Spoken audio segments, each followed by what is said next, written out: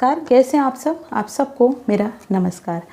और अभी जो है रिसेंटली एक बहुत बड़ी न्यूज़ है, लोकसभा चुनाव 2024 का 7 फेज़ में ये चुनाव होने वाला है। आप लोगों को ये अपडेट रहना चाहिए, 7 फेज़ में ये चुनाव होने वाला है। अभी recently election commission of India ने ये अनाउंस किया है कि जो 2024 का जो चुनाव है लोकसभा का, वो 7 फेज़ में होने वाला है, 7 चरणों में होने वाला है। ये स्टार्ट होगा 19 अप्रैल, नोट डाउन कीजिए, 19 अप्रैल से लेकर के 1 जून तक ये वोटिंग प्रक्रिया होगी और 4 जून को इसका रिजल्ट आएगा।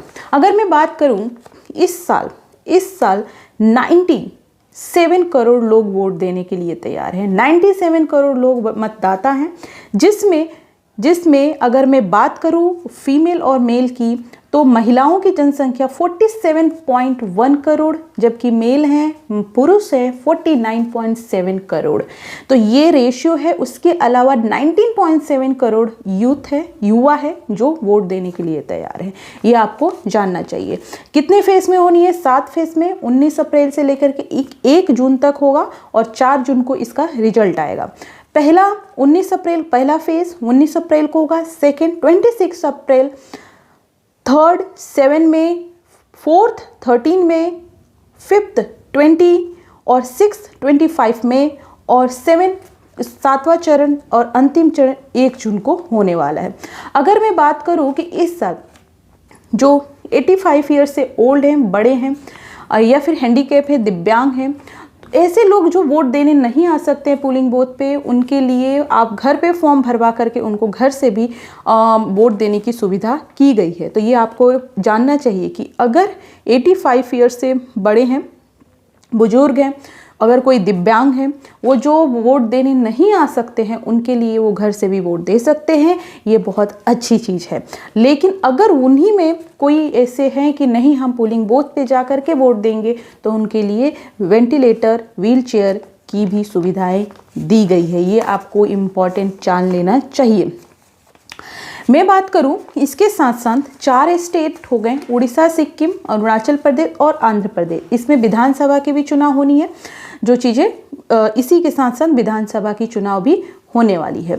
तो मैं बात करूं कि विधानसभा आंध्र प्रदेश और अरुणाचल प्रदेश, अगर आंध्र प्रदेश को 13 मई को है और 19 अप्रैल को अरुणाचल प्रदेश और सिक्किम का चुनाव है। तो ये रिसेंट का न्यूज़ है, आपको जानना चाहिए कि 7 चरणों में होने वाला है। अब इस चरणों में आप अपने स्टेट में, अगर आप बिहार के हैं, यूपी के हैं, मध्य प्रदेश के हैं, गुजरात के हैं, कहीं के भी हैं, महाराष्ट्र के हैं, तो आप जा करके देखिए कि आपके एरिया में किस दिन वो चुनाव होने वाला है। वोट देना सबका अधिकार है और इसे हमें जाके देना बहुत ज़रूरी है। हर लोगों को वोट देना बहुत ज़रूरी है।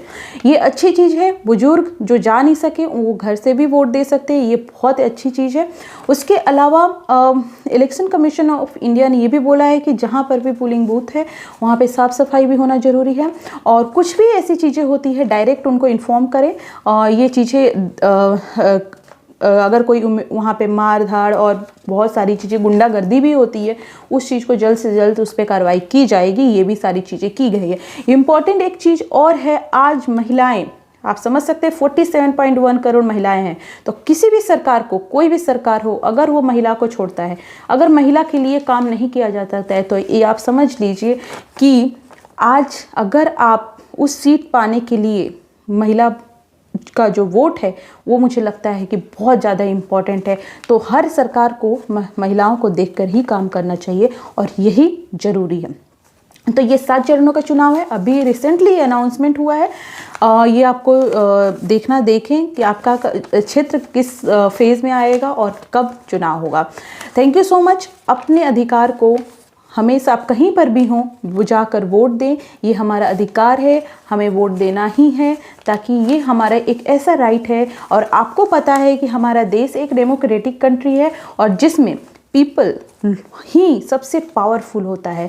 तो इसीलिए हमारा ये जो पावर हमको मिला है, हमारा संविधान ने जो हमें पावर दिया है, उसका प्रयोग जरूर करें। Thank you so much. मिलते हैं नेक्स्ट वीडियो में। अपना ध्यान रखें, बहुत बहुत ध्यान रखें, खुश रहे और स्वस्थ रहे। ऐसे ही ताज़ा तरीन खबरों को देखने के लिए मेरा चैनल शेयर एंड सब्सक्राइब जरूर करें। Thank you so much. मिलते हैं नेक्स्ट वीडियो में। Thank you.